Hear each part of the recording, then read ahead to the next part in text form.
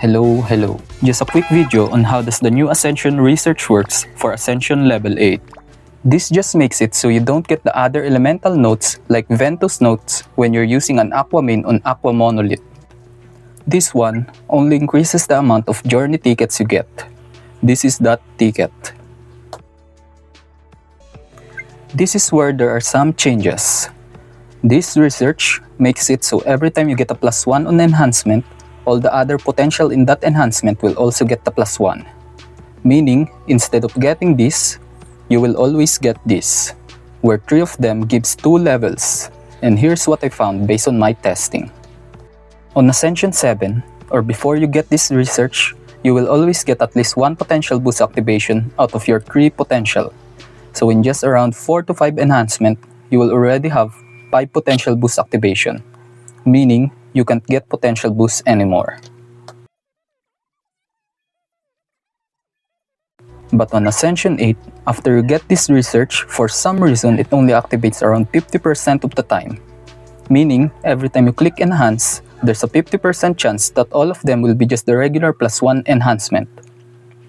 And a 50% chance that all 3 of them give +2 due to the potential boost.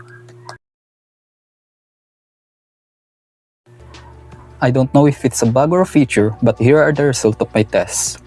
0 means I didn't get a single potential boost enhancement on any of the 3 potential. And 1 means I got a potential boost activation. Feel free to pause the video. I still think it's a good research since all 3 potential will be enhanced by 2 levels. So you can enhance what you want instead of being forced to pick the bad potential enhancement or lose 1 activation. But you need to make sure you use the enhancement machine at least 10 times per Ascension. This next one makes it so the max trigger count of Butterfly Inside and Radiant Miracle only gets used when you pick the potential instead of just encountering it. Before you get this research, if you encounter a level 3 potential that you don't need, it already reduces the max amount of Radiant Miracle triggers you can get even if you don't pick it.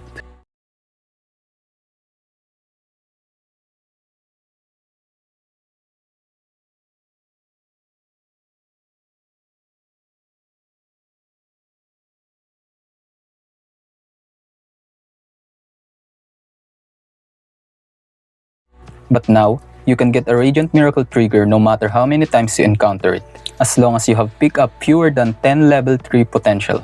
Here's an example. I'm at floor 13. I have picked up 9 level 3 potential activated by Radiant Miracle.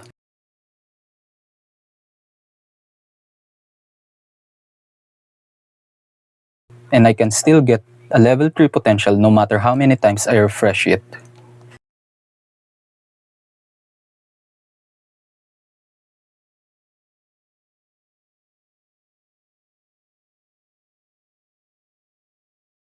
Here's how Butterfly Inside and Radiant Miracle works, by the way.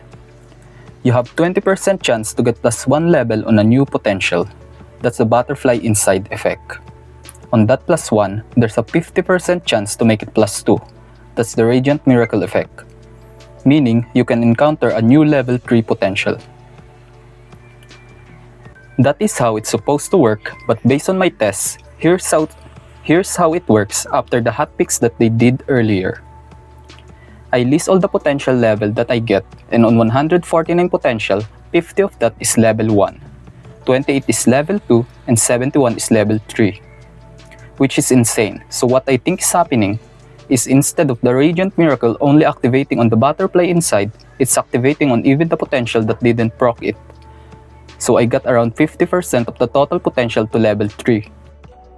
Where it's only supposed to activate Radiant Miracle on potential that triggers Butterfly Inside. So in conclusion, Radiant Miracle is just activating on any potential now instead of it only activating on Butterfly Inside potential. Cause Butterfly Inside only has 20% chance of activating. That's it. Thanks for watching.